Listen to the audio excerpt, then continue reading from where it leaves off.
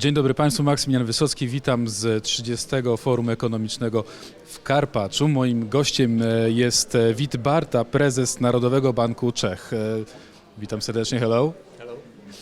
Przestawiamy się na język angielski.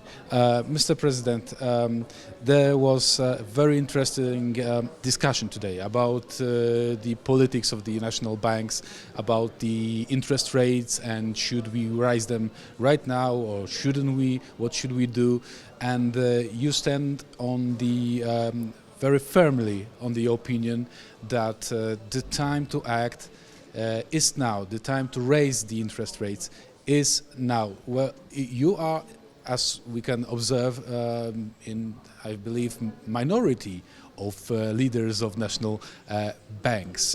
Why is your opinion on that matter so firm? Thank you. Thank you for the question. The question is simple, but the answer is quite complicated, as usually. And I would like to recall a little bit what happened in our country, in the Czech Republic, before the COVID crisis. Our inflation was already relatively high at that time because our economy was overheated, more or less overheated. Our wage growth was quite robust, and there was almost absolute lack of available labor. Our unemployment is the lowest in EU, which is good for employees, but it's not that good for employers because they have to give higher wages, of course. So the economy before crisis was already overheated, and probably we learned from the past somehow that our interest rates should have been even higher than they were before the crisis. When the crisis came, we slashed down the interest rates to almost zero, and we already started normalizing, so-called normalizing our policy already during summer of this year. So we already increased interest rates twice, but we are still, our policy is still very, very, very loose. So we still provide a lot of incentive for companies to invest and so on. But our inflation became quite high again. It's above our inflation target or even above the higher level of the tolerance band. And this poses or opens the space for further increasing of rates.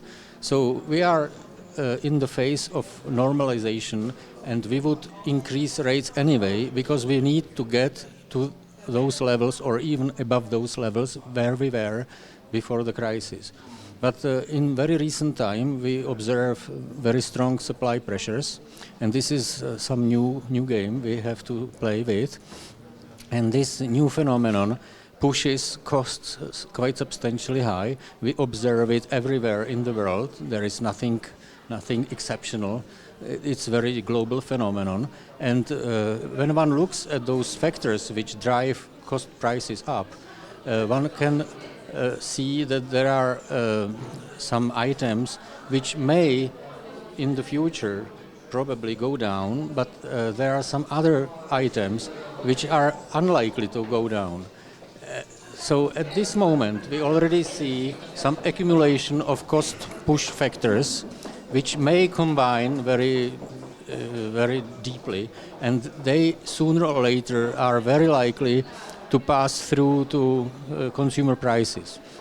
So there are risks that our inflation in a very foreseeable future will be even higher than it is now, and that it could undermine inflation expectations in the country, which until recently were quite well anchored.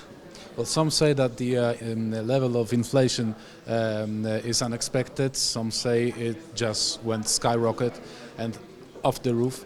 But it seems it should be a quite normal things and way of things when you print out a lot of money and push them into the market, which we call the quantitative easing, right? So we have the quantitative easing, and the consequence of it is the rising of the prices, right? So hence the inflation. So basically, I think there's only one method of fighting with the inflation. At least it's proven by the economists, is the rising of the interest rates. Or the second would, in theory, be if people would just stop their consumption. But it's a rather hard thing to do, so we're only left with the policy of the national banks to fight the rising inflation. But we don't want to kill the national growth. We want to rebuild after the pandemic, and we want to continue these things to happen. So how to balance it? Isn't the cost of rising the interest rates is killing a little bit the rise of the economy of the country? It's always so. It's the very substance of the stabilization policy. Stabilization policy, either monetary or fiscal, is supposed to help the economy, to support it when it is down, and to cool it when it is too high or too overheated. So it's the very substance of any stabilization policy.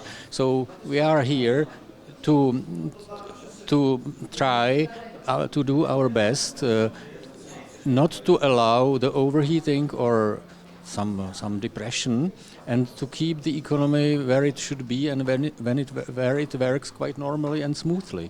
And when inflation pressures seem to threaten our future or expectations of all agents, then it's the right moment to step on brakes for the central bank, and it cannot do anything else. It is the main purpose which we have, and when the risks emerge, we have to act. And of course, it means cooling the economy, of course, yes. But it is better to cool it more early rather than too late. If inflation expectations became loosened, then it's quite late to carry out the stabilization policy, because the point of no return, when prices will rise so much that the central bank's policy wouldn't be enough to stop the inflation, right? Probably we wouldn't talk about point of no return, but the more we surpass that point, the more costly would be the subsequent development. So for me now, it's a very highly topical issue to study or to disentangle so-called primary impacts of some cost push inflation and secondary impacts. Those secondary refer to those areas which are influenced by the primary cost shocks, and the main mission of the central bank is to cope with secondary pressures, because when those secondary pressures emerge, then it's really time to act. And in your opinion, the time to push the button of rising the interest rates is right now also for Poland, right? Yes. Okay. Last question, because as we take a look at the past year and a half, and analyze how economies got through the pandemic crisis, what can we say about the recovery and the level of recovery between the countries that had their own currency versus the Eurozone? Yes, it's an exciting question again. I know that usually supporters of the euro claim that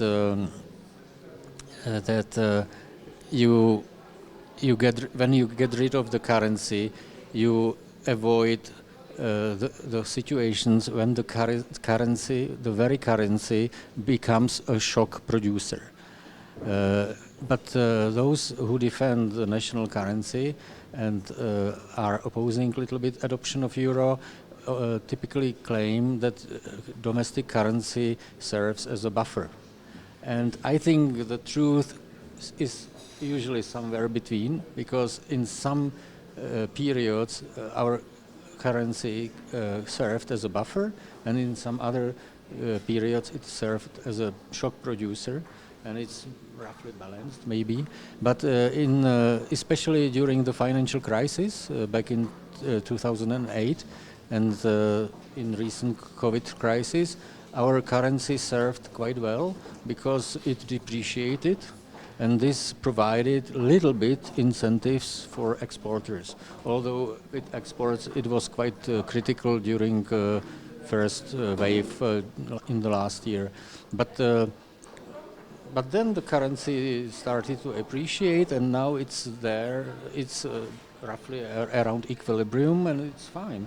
So nothing wrong happened, and the currency served quite well as one element of some defense line, so to say.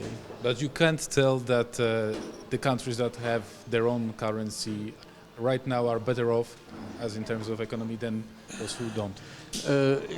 It's very, very complicated question, because it's very difficult to count with counterfactuals. You never know what would happen if we would have euro at this moment, and only then we could correctly compare two lines of development, but we don't have such a comfort, of course. And moreover, there is one more general observation with respect to euro, and this is that the euro at the end of the day is not that much decisive for the wealth of a country, because if the country is doing quite good in many respects and implements very good and reasonable policies, then it's fine, and the country is wealthy, and people are happy or satisfied. And if the currency or if the country is doing very bad policies, then the well-being is threatened, and the country is not doing very well. And the common currency cannot save you from troubles if your policies are wrong. So maybe I would believe that too much or too excessive attention to adoption or non-adoption of euro diverts the attention from very important issues like domestic policies in general. So you can imagine countries without euro doing well, and you have countries with euro doing not very well. So euro is not that much decisive. But still, it is yet another one powerful tool in your arsenal when there are trouble, right? Pardon me? It is yet another tool in your arsenal, another weapon. You can, fight the crisis if the crisis comes. Yeah, all right, yes. At least. Okay, thank you very much. Naszym gościem był pan Bárta, prezes Narodowego Banku Czech. Bardzo panu dziękuję i dziękuję państwu. Do widzenia.